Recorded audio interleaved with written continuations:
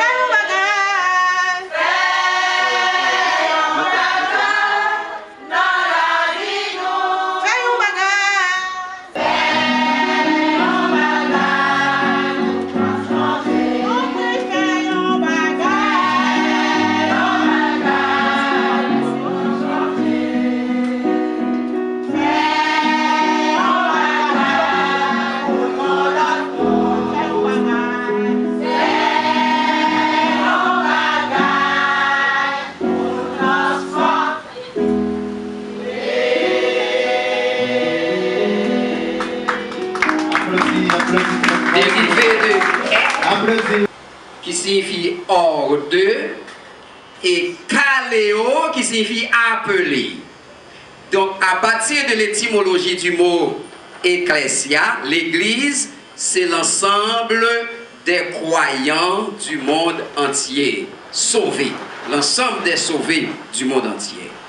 Mais l'église a deux grandes connotations. Première connotation du mot église, c'est l'ensemble des sauvés dans le monde entier. Ça s'appelle l'église universelle. Et il y a également la connotation géographique de l'église. Là où se réunissent des gens sauvés pour adorer le Seigneur. Par exemple, aujourd'hui, là où nous sommes réunis pour adorer, donc on peut appeler ça l'église, c'est l'église locale. L'église locale ou l'église géographique. Donc nous sommes placés dans un lieu géographique pour adorer le Seigneur.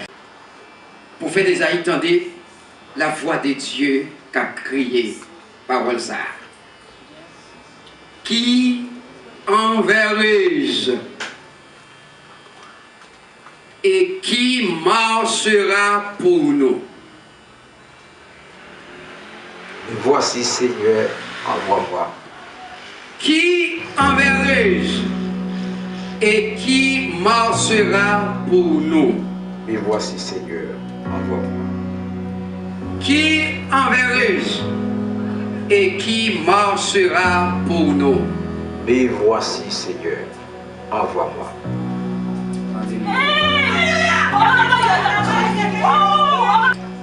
J'invite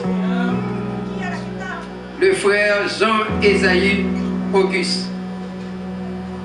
Après avoir entendu la parole de Dieu, l'interrogation de Dieu, qui enverrai-je et qui marchera pour nous?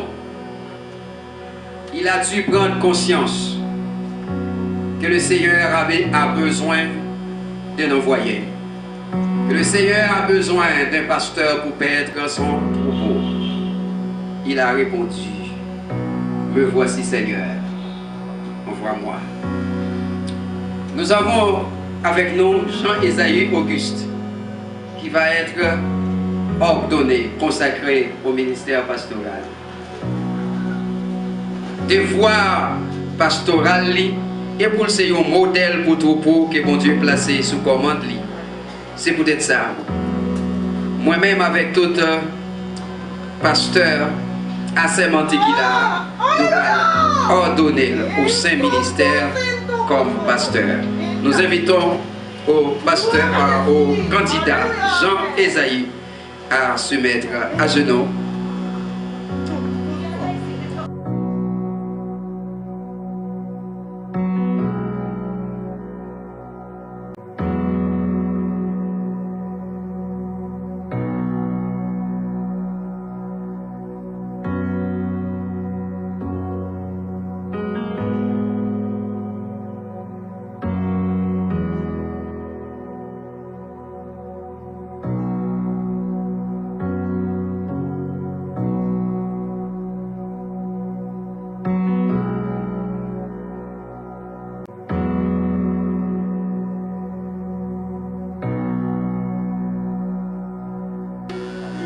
Au sacerdoce pour le ministère.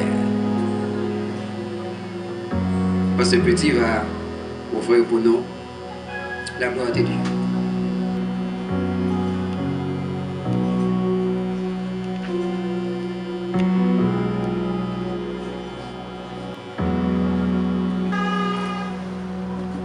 À présent, frère Jean-Ésaïe Auguste est consacré pasteur à la gloire du Seigneur.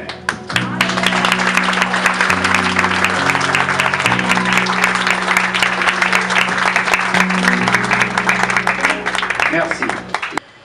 Vous êtes ici présent en ces lieux en tant que témoin de ma consécration publique sous l'appel personnifié de Jésus-Christ. Que le bon Dieu, le Tout-Puissant, vous bénisse abondamment. Je remercie Jésus-Christ, mon Sauveur, mon Rédempteur, le témoin de cette Église qui a fait choix de moi afin de me confier cette tâche, cette mission si noble et si précieuse. Je ne cesse de dire que ta volonté soit faite. Fidèle pour dispenser droitement la parole sacrée de l'évangile de Jésus-Christ et fidèle pour agir selon tout ce qui est écrit sans me détourner. Moi et ma femme, nous sommes engagés à rechercher les brebis égarées et perdues pour qu'ils puissent retrouver leur pâturage. Que l'Éternel nous soit en aide.